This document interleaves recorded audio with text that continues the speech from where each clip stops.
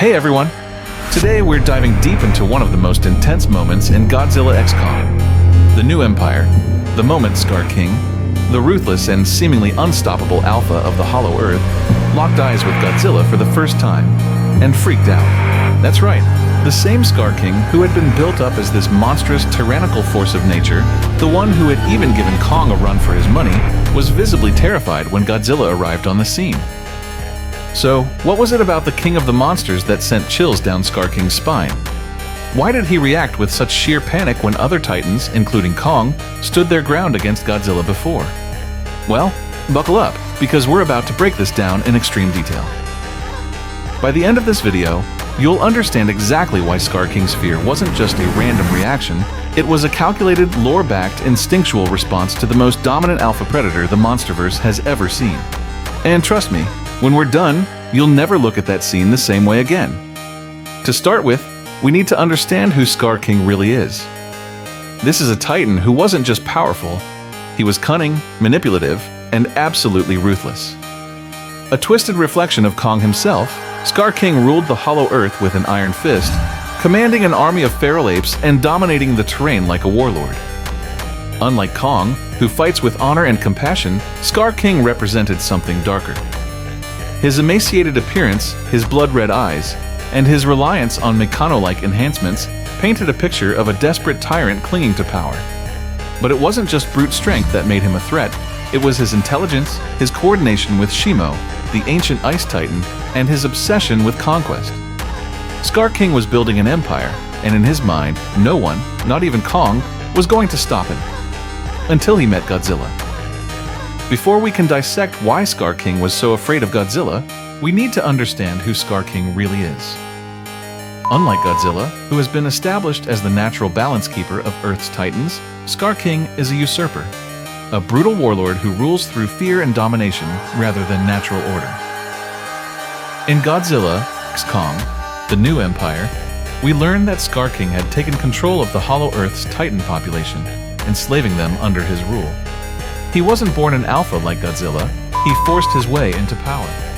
This is a critical distinction because it means Skar King's authority wasn't rooted in the same primal, instinctual respect that Godzilla commands. He was strong, yes, but his dominance was maintained through sheer brutality, not an inherent right to rule. This explains why, when faced with a true alpha like Godzilla, a being whose very presence demands submission from other titans, Skar King's confidence shattered. He wasn't just facing another powerful opponent.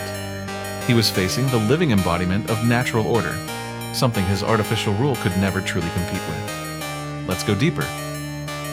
In storytelling terms, Skar King and Godzilla represent two opposing archetypes. Skar King is the false king, the usurper. He built his empire through cruelty, intimidation, and manipulation. He weaponized Shimo, enslaved others, and distorted the natural order to serve his ambition. Godzilla, on the other hand, is the embodiment of nature's wrath and equilibrium. When nature is disturbed, when someone like Skar King rises and upsets the balance, it is Godzilla who emerges, not as a hero, not as a villain, but as a force. That's what makes their meetings so significant. It's not just physical, it's mythological. Now, let's shift our focus to Godzilla, the true apex titan of the surface world. By the time the New Empire takes place, Godzilla has already solidified his place at the top of the food chain. He has fought and defeated Mutos, King Ghidorah, Mechagodzilla, and more. He's not just powerful, he's ancient, experienced, and feared. He carries the weight of centuries of dominance in his massive scarred frame. Every step he takes, every roar he unleashes is a reminder to the world, and to his fellow titans, that he is not to be challenged lightly. And perhaps most importantly, Godzilla doesn't just fight for dominance, he fights for balance. That makes him unpredictable, that makes him terrifying. Every titan in the Monsterverse knows Godzilla's name. They've either bowed to him, fought him, or fled from him. And Skar King, despite ruling the Hollow Earth, would have absolutely heard the stories. The moment he saw Godzilla, he wasn't just seeing another monster, he was seeing the monster that had dethroned every other challenger to the throne. Here's where things get really interesting. Skar King had spent centuries believing he was the most powerful being in existence. His entire identity was built on the idea that no one could challenge him. But Godzilla? Godzilla doesn't care about titles. Godzilla doesn't care about dominance through fear. Godzilla is dominance. So when Skar King first sees Godzilla, it's not just another rival stepping into the ring. It's a cataclysm. It's the embodiment of everything Skar King cannot. Imagine being a warlord who's conquered a continent, only to realize that across the ocean lies a being with the power of a god, heading your way with fire in his heart and destruction in his wake. That's what that moment is. Skar King isn't just startled, he's destabilized. Because for the first time in his reign, he senses that he is outmatched not just in might, but in destiny. When Skar King saw Godzilla, it wasn't just fear, it was realization. A realization that everything he had built, everything he had conquered, meant nothing in the face of the true king of the monsters. His entire worldview shattered in that moment because deep down, he knew he wasn't the real Alpha. And that's why his reaction was so visceral. Let's go deeper. In storytelling terms, Skar King and Godzilla represent two opposing archetypes. Skar King is the false king, the usurper. He built his empire through cruelty, intimidation, and manipulation. He weaponized Shimo, enslaved others, and distorted the natural order to serve his ambition. Godzilla, on the other hand, is the embodiment of nature's wrath and equilibrium. When nature is disturbed, when someone like Skar King rises and upsets the balance, it is Godzilla who emerges not as a hero, not as a villain, but as a force. That's what makes their meeting so significant. It's not just physical, it's mythological. Let's not forget the physical aspect of this. Skar King was strong, yes, but Godzilla? Atomic breath, a weapon Skar King has nothing to counter. Durability, Godzilla has tanked nuclear explosions and kept fighting. Experience, Godzilla has been fighting and winning against other alphas for millions of years. And let's not forget the role of Shimo in this equation.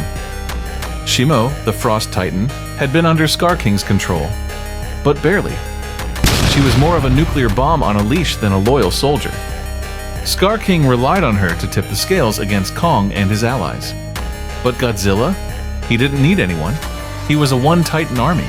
And worse, he had something Skar King could never replicate: experience. Godzilla had fought enemies like Shimo before. He had gone toe-to-toe with beings far more terrifying than Skar King. To Godzilla, Skar King was another tyrant. To Skar King, Godzilla was a nightmare made flesh. Skar King had brute strength and his whip, but Godzilla had overwhelming power. The moment Skar King saw Godzilla, he knew that in a straight fight, he was outmatched. This leads us to a broader philosophical idea: Godzilla as fate.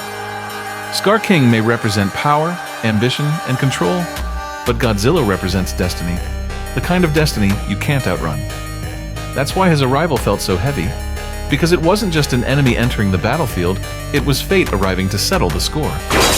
And when fate looks you in the eye, there's only one honest reaction: fear. Now let's not forget the context leading up to their first meeting. Skar King had just gone through several victories, reawakening Shimo, subjugating beasts, building momentum. He was riding high, confident that nothing could stop him. That confidence wasn't just arrogance, it was delusion. And when you're in that delusion, when you believe the world is yours, the worst thing that can happen is a rude awakening. Godzilla wasn't a challenge Skar King prepared for. He was a reality check, a slap across the face from the planet itself. And then, the roar. When Godzilla roared at Skar King, it wasn't just a challenge, it was a declaration. That roar carried the weight of every battle Godzilla had ever won, every Titan he had ever dominated. And Skar King? He understood that roar. He knew what it meant. That was the moment his fear turned to panic. Because in that roar, he heard his own defeat. Now, think about this from a narrative lens. Godzilla doesn't speak, doesn't explain, doesn't gloat. He just shows up. The fear that induces is what makes him mythic. In so many stories, especially those rooted in kaiju mythology, the most terrifying beings aren't the loudest. They are the quiet forces of nature, the ones who don't have to say they're kings, they simply are. That's what makes the contrast with Skar King so stark. Skar King talks through body language. He commands, gestures, snarls, paces. His very name implies dominance through fear. He uses intimidation and brute force. But Godzilla? He is fear. And that kind of power, calm, assured, unflinching, is what makes tyrants tremble. So why was Skar King so scared of Godzilla? Because Godzilla wasn't just another enemy. He was the living proof that Skar King was never the true king. And when you've built your entire existence on a lie, facing the truth is the most terrifying thing of all. The filmmakers didn't need to over-explain it.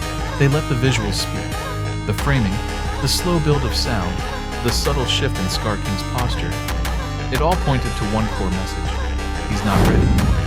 And honestly, how could he be? Godzilla is not something you prepare for. He is the climax to every arc, the full stop at the end of every chaotic sentence. And when he stepped through that hollow earth portal, glowing with fury and charged with atomic might, he didn't need an introduction. He was the answer to a question Skar King didn't even know he was asking. What do you guys think? Did Skar King's fear make sense to you, or do you think there's more to it? Let me know in the comments below. And don't forget to like, subscribe, and hit that notification bell so you never miss another deep dive like this one. Thanks for watching, and I'll see you in the next video.